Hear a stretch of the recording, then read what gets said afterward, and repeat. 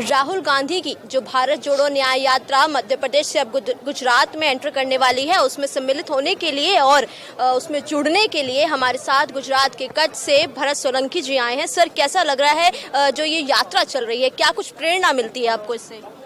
ये यात्रा एक न्याय की यात्रा है और यहाँ पे गुजरात में जो अन्याय हो रहा है उनको न्याय मिले, तो इसलिए हम राहुल जी हमारे प्रिय नेता, राष्ट्रीय नेता हमारे आ रहे हैं और हम तो उत्साह और लादनी और प्रेम बढ़ रहा है हमारा। तो सर, क्या लगता है कि जब ये यात्रा गुजरात में भ्रमण करेगी तो गुजरात वासियों पे क्या प्रभाव पड़ेगा इसका?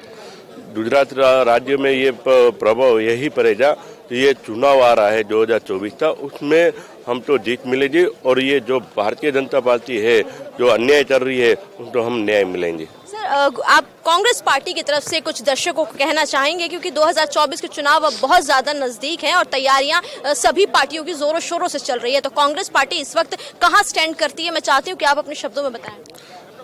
अभी 2024 का चुनाव आने वाला है तो हम लोग लड़ने वाले हैं और जो देश में गुजरात में जो अन्याय हो रहा है उसको न्याय मिले और जो यहाँ पे भ्रष्टाचार है, खेडूत तो है, महिला तो अत्याचार है, लेबर का अन्याय है, उनको न्याय मिले और हम तो जीत मिले और हम उनको अच्छी तरह काम देवे और उनकी सेवा कर सके, ऐसी हमारी आग्रह है। तो आपने देखा किस तरह से किन मुद्दों को लेकर जो कांग्रेस पार्टी है अब जनता के लिए काम करेगी और 2024 के चुनावों के लिए लड़ेगी। इस यात्रा में और भी लोग जुड़ रहे हैं, जानेंगे। सर, मैं चाहूंगी कि आप हमारे दर्शकों को अपने बारे में थोड़ा सा बताएं।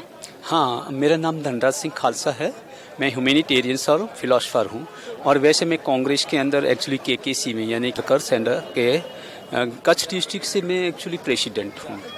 हमने एक्चुअली एक स्पेशल एक्सपीडिशन लिया है। हमारे जो लोकप्रिय नेता हैं वो लोकप्रिय नेता हमारे हिंदुस्तान के तो है ही है, पर पूरे प्लेनेट के बन चुके हैं, क्योंकि ये जो यात्रा बन रही है ना, वो एक प्रेम की यात्रा बन रही है, वो एक प्यार की यात्रा और वो प्रेम मोहब्बत की यात्रा है, वो एक कंसर्निंग की और एक अटैचमेंट की, वो एक अफेक्शन की है।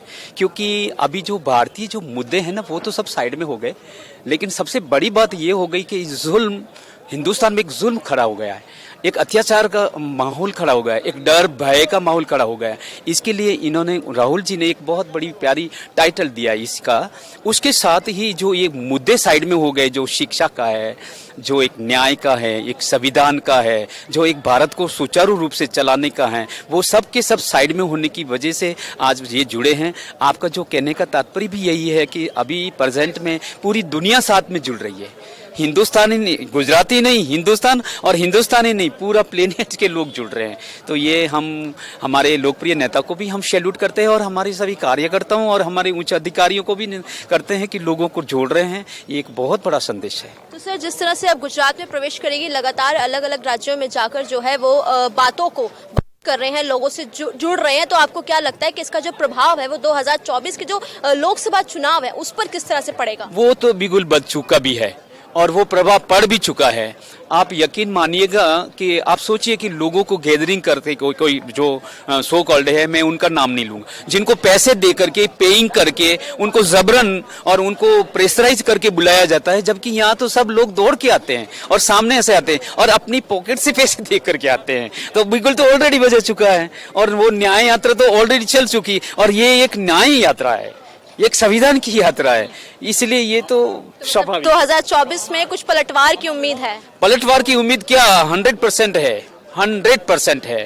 ठीक है, अत्याचार और जुल्म है, एक संघर्ष है ना, सच को संघर्ष है, तो ये सच को संघर्ष हो रहा है, एब्सोल्युटली सच को संघर्ष हो रहा है। तो आप देख सकते हैं किस तरह से कहना है कि बिगुल अब बच चुका है 2024 में, किस तरह से उम्मीद है कि जो पलटवार तो अब तय है। देखना ये होगा कि अब जो ये यात्रा है लोगों के मन को किस तरह से बदलेगी और अपने लोगों के मन में क्या घर बनाएगी। तो बने रहे हिंदुस्तान हेडलाइंस न्यूज के साथ इन्हीं तरह की खबरों के लिए।